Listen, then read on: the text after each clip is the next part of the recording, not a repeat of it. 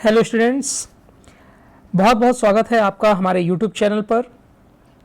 देख, किसी भी एग्ज़ाम को क्रैक करने के लिए हमें हर पोर्शन को पढ़ना ज़रूरी होता है, चाहे वो मैथ हो, इंग्लिश हो, जीके, जीएस, जीए, जो भी हो, आपको पढ़ना पूरी गंभीरता से है। करंट अफेयर्स एक ऐसा टॉपिक है जिसमें आपको कुछ चीज़ों को बहुत ही गंभीरता से समझना होता है, क्योंकि जब कोई एक न्यूज़ आती है तो उससे लगभग 10 क्वेश्चन बन सकते हैं। इसलिए कोई भी अगर आपके सामने न्यूज़ आती है, हेडलाइन आती है, तो आपको उसका विश्लेषण करना है और कोशिश करनी है कि मैं इससे कितने क्वेश्चन तैयार कर सकता हूं। अगर आईएमएफ ने भारत की विकास दर को 6.4 बताया है तो आपको ये पता होना चाहिए कि आईएमएफ क्या है, इसकी स्थापना क्या हुई थी, आईएमएफ का रोल क्या है, भारत क्या इसका सदस्य है या नहीं, और भारत आईएमएफ किस तरीके से समझौता करते हैं, किस तरीके से लेन देन या फिर लोन का इस पर कार्य किया जाता है। ये सब चीज़ें आपको एक हेडलाइन दे सकती है। तो उसी क्रम में मान लीजिए मैंने आपको ये वीडियो पढ़ाया करंट अफेयर्स का, उसमें भी आप खुद भी क्वेश्चन तैयार करिए कि इस टॉपिक से ये क्वेश्चन और तैयार हो सकते थे। उन सभी क्वेश्चंस को आप करंट अफेयर्स के हमारे जो कमेंट बॉक्स है उसमें बता सकते हैं। बाकी इस वीडियो का पीडीएफ आपको हमारे Telegram channel Success with Rai Academy से मिल जाएगा, उसको आप डाउनलोड कर लीजिएगा। आज हम 1 अगस्त 2025 के करंट अफेयर्स को डिस्कस करेंगे और संभवतः ये वीडियो आपको थोड़ा सा लेट मिल रहा है और इसके बाद हम कंटिन्यू कर देंगे, जहां पर रोज आपको या तो हम कोशिश करेंगे नाइट में ही आपको करंट अफेयर्स की वीडियो प्रोवाइड करा दें, या फिर नेक्स्ट डे मॉर्निंग में ही आपको ये वीडियो मिल जाएगा। हालांकि मॉर्निंग में थोड़ा सा बर्डन ज़्यादा हो जाता है, क्योंकि न्यूज़पेपर का भी डिस्कशन कराना होता है और करंट अफेयर्स का भी। बाकी इसका पीडीएफ आपको हमने बता दिया टेलीग्राम चैनल से मिल जाएगा, और हम कोशिश करेंगे कि एक वीकली करंट अफेयर्स का भी वीडियो लेकर आएँ जो आपको करंट अफेयर पोर्शन में काफ़ी हेल्प करेगा। तो शुरुआत करते हैं आज के इस वीडियो की। हमारा यहाँ पर पहला पॉइंट है, पहला करंट अफेयर्स है कि आईएमएफ ने 2025-26 के लिए और 2026-27 के लिए भारत की विकास दर को 6.4 कर दिया है। तो हालांकि ये आंकड़े चेंज होते रहते हैं, एग्जाम में बहुत कम पूछा जाता है, लेकिन कभी कभी पूछा भी जाता है। और जैसा मैंने आपको बताया कि हमें जो इससे संबंधित करंट अफेयर्स बन सकते हैं उस पर भी विचार करना चाहिए। तो आईएमएफ ने तो विकास दर 6.4% बता दी है, तो क्यों ना हम आईएमएफ के बारे में जान लें। आईएमएफ की स्थापना कब हुई थी? तो इसकी स्थापना 27 सितंबर 1945 को की गई थी, यानी द्वितीय विश्व युद्ध के बाद इसकी स्थापना की गई थी। मुख्यालय इसका है वाशिंगटन डीसी, अमेरिका में। वाशिंगटन डीसी अमेरिका की राजधानी भी है। इसके सदस्य देश 190 हैं, यानी 2024 तक इसके सदस्य देश 190 हैं, और भारत इसका संस्थापक सदस्य है। इसके बाद आईएमएफ के उद्देश्य क्या हैं ये जान लेते हैं। देखिए, वैश्विक मौद्रिक सहायता को या सहयोग को बढ़ावा देना। विश्व की आर्थिकी में आईएमएफ का सहयोग रहता है, और किस तरीके से सहयोग किया जा सकता है, क्या क्या रणनीतियां बनाई जा सकती हैं, ये रोल रहता है आईएमएफ का। उसके बाद वित्तीय स्थिरता बनाए रखा जाता है, बैलेंस बना रहे, अंतर्राष्ट्रीय व्यापार को सुगम बनाया जाए, मुद्रा का लेन देन आसानी ढंग से किया जा सके, रोजगार और आर्थिक विकास को प्रोत्साहित किया जाए, किस तरीके से किसी भी देश में रोजगार उत्पन्न किए जा सकते हैं और उसके लिए सहायता राशि देना इसका कार्य है, और निर्धन देशों को आर्थिक सहायता देना। या तो जो विकासशील देश हैं या फिर जो निर्धन देश हैं उसके लिए ये सहायता राशि प्रदान करता है। उसके बाद आपको आईएमएफ के बारे में पता चल गया। अब हम आते हैं नेक्स्ट पॉइंट पर। नेक्स्ट पॉइंट है हमारा डीआरडीओ।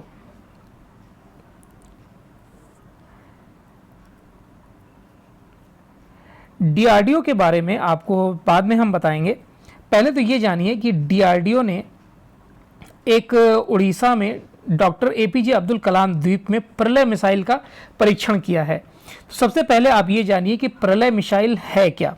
देखिए, प्रलय भारत की राष्ट्रीय सुरक्षा के लिए विकसित एक क्वाजी बैलिस्टिक सतह से सतह पर शॉर्ट रेंज बैलिस्टिक मिसाइल है, जिसे डीआरडीओ ने तैयार किया है। यह पारंपरिक यानी कि नॉन न्यूक्लियर वॉरहेड ले जाती है और 150 से 500 किलोमीटर की दूरी ये आसानी से तय कर लेती है और इसकी जो मारक क्षमता है इसको ही 150 और 500 की संज्ञा दी जा रही है।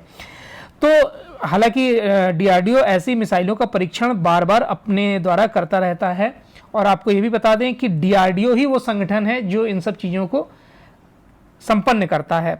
अब यहाँ डीआरडीओ की मैं डिटेल नहीं बताऊंगा, डीआरडीओ के बारे में अब आपको सर्च करना है और आप सर्च करके कमेंट में बताएंगे या फिर अपने नोट्स के तौर पर इसको रखेंगे। नेक्स्ट पॉइंट पर आते हैं, संजय सिंघल कौन है? संजय सिंघल, देखिए ये पिक आप देख लीजिए, ये है संजय सिंघल और संजय सिंघल को एसएसबी सशस्त्र सीमा बल का महानिदेशक बनाया गया है और अर्धसैनिक बलों में इनकी गिनती होती है एसएसबी की और इसमें इनको इसका बनाया गया है महानिदेशक। तो ये जरूर याद रखिएगा, ये वनडे एग्जाम में पूछा जा सकता है कि एसएसबी का महानिदेशक किसको बनाया गया है? ये संजय सिंघल को। नेक्स्ट क्वेश्चन पर आते हैं, भारतीय सेना ने असम में दिव्य दृष्टि अभ्यास में एआई निगरानी तकनीक का परीक्षण किया है। सबसे पहले तो आपसे ये पूछा जा सकता है कि दिव्य दृष्टि जो अभ्यास है भारतीय सेना का वो कहां पर किया गया है? तो आपका राइट आंसर होगा असम में किया गया है। ठीक है, अब ये दिव्य दृष्टि जो पूरा है वो है क्या, इसको पढ़ लेते हैं, समझ लेते हैं। देखिए कुछ पॉइंट्स को क्लियर करते रहिए और जो चीज़ें नहीं आ रही हैं उनको आप खुद भी सर्च करिए, इससे आपको ही हेल्प होगी। तो देखिए दिव्य दृष्टि जो है अभ्यास जिसे पूर्वी सिक्किम में भारतीय सेना द्वारा आयोजित किया गया था, एक उच्च ऊंचाई वाला प्रौद्योगिकी प्रदर्शन अभ्यास था। इसका उद्देश्य युद्ध क्षेत्र जागरूकता, वास्तविक समय निगरानी, त्वरित निर्णय लेने में सुधार के लिए नई तकनीकों का परीक्षण करना था। अभ्यास में यूएवी ड्रोन सहित जमीनी प्रणालियों और हवाई प्लेटफॉर्मों का उपयोग करके यथार्थवादी युद्धक परिदृश्य बनाए गए थे।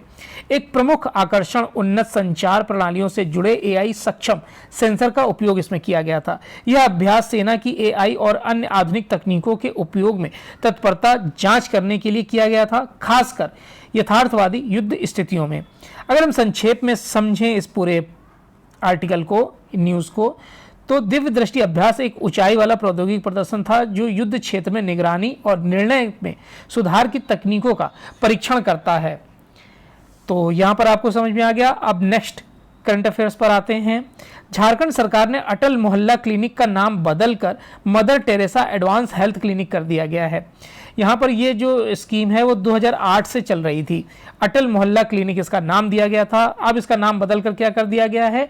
Mother Teresa advance health clinic कर दिया गया है। तो इसमें कुछ और भी निर्णय लिए गए हैं जो आप ये स्क्रीन पर देख रहे हैं। जैसा लिखा गया है कि राज्य योजना अंतर्गत चालू योजना के तहत संचालित अटल मोहल्ला क्लिनिक की योजना का नाम परिवर्तित कर मदर टेरेसा हेल्थ क्लिनिक कर दिया गया है।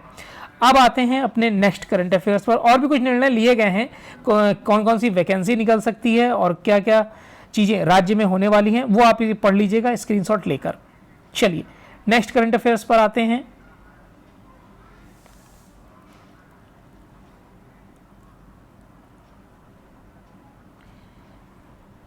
भारत की पहली एआई संचालित आंगनवाड़ी महाराष्ट्र के नागपुर में शुरू की गई है। तो आंगनवाड़ी के बारे में आप सभी जानते होंगे और ये एआई संचालित की गई है। बस इतना याद रखिए, क्वेश्चन में सिर्फ इतना पूछेगा आपसे कि भारत की पहली एआई संचालित आंगनवाड़ी कहाँ शुरू की गई है, तो महाराष्ट्र नागपुर इसका राइट आंसर होगा। उसके बाद नेक्स्ट क्वेश्चन पर आते हैं हम। रूस ने जुलाई स्टॉर्म 2025 नामक एक बड़ा सैन्य अभ्यास किया है। तो क्वेश्चन ये पूछ सकता है कि जुलाई स्टॉर्म 2025 नामक नौसैनिक अभ्यास किस देश द्वारा किया गया है, तो आपका राइट आंसर होगा रूस। अब थोड़ा सा इसकी डिटेल जान लेते हैं। रूस ने जुलाई स्टॉर्म नाम का एक प्रमुख नौसैनिक अभ्यास 23 से 27 जुलाई 2025 तक किया है। यह अभ्यास प्रशांत, आर्कटिक, बाल्टिक और कैस्पियन सागरों में समायोजित किया गया था। इसमें 150 से अधिक युद्धपोत, विमान और 1500 से ज़्यादा नौसैनिक शामिल किए गए थे। यह अभ्यास समुद्र की शक्ति का प्रदर्शन करता था प्रदर्शन था और इसमें विभिन्न प्रकार के जहाज़ों और विमानों ने भाग लिया, जैसे कि मिसाइल लॉन्चर, गश्ती नौकाएं, हेलीकॉप्टर और मिसाइल प्रणालियां। इस अभ्यास का उद्देश्य रूस की सैन्य क्षमताओं का परीक्षण करना और अपनी समुद्री शक्ति को प्रदर्शित करना था।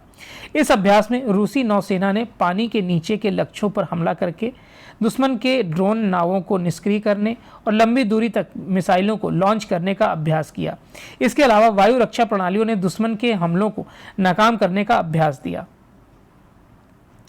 यह अभ्यास ऐसे समय हुआ है जब रूस और पश्चिमी देशों के बीच तनाव बढ़ा हुआ है और इससे रूस की बढ़ती सैन्य मुखरता के रूप में देखा जा रहा है, यानी कि अपनी ताकत दिखा रहा है रूस।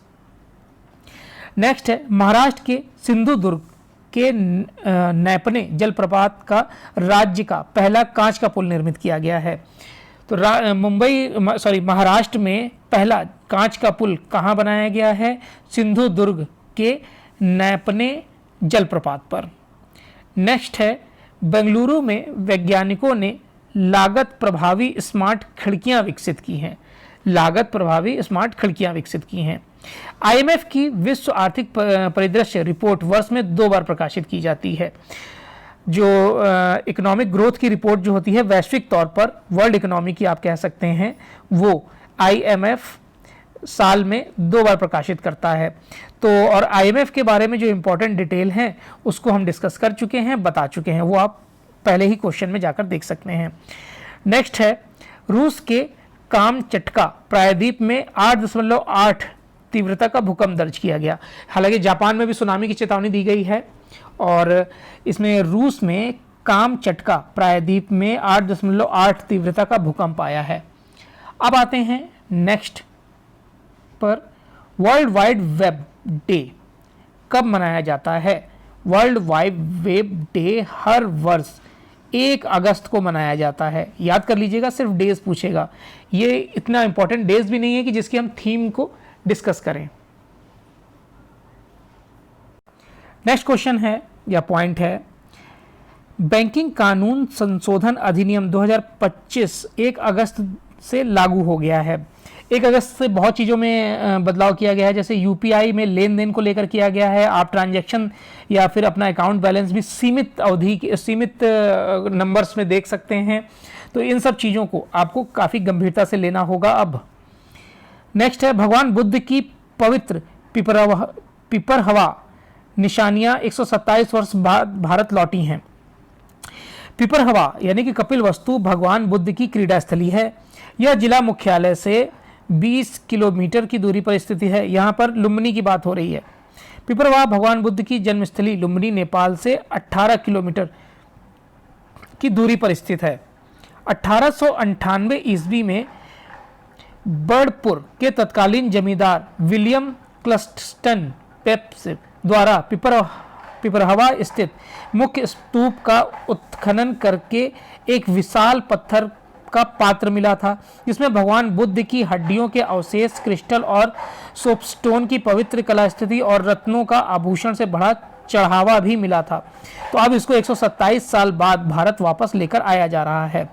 नेक्स्ट है कि बीएसएनएल का ग्राहक आधार पिछले वर्ष की तुलना में 8.55 करोड़ से बढ़कर 9.1 करोड़ हो गया है। ये सारा फायदा तब मिला जब जियो ने अपने रेट बढ़ा दिए थे और टैरिफ वगैरह के, तब बहुत से यूज़र्स ने इसे स्विच किया था बीएसएनएल में। चलिए नेक्स्ट करंट अफेयर्स। तो ये आज का हमारा करंट अफेयर्स का वीडियो था। आई होप आपको ये वीडियो अच्छा लगा होगा। इस वीडियो का पीडीएफ आप हमारे Telegram channel Success with Rai Academy से डाउनलोड कर सकते हैं और कोई सुझाव हो तो आप जरूर बताइएगा। वीडियो देखने के लिए बहुत बहुत धन्यवाद।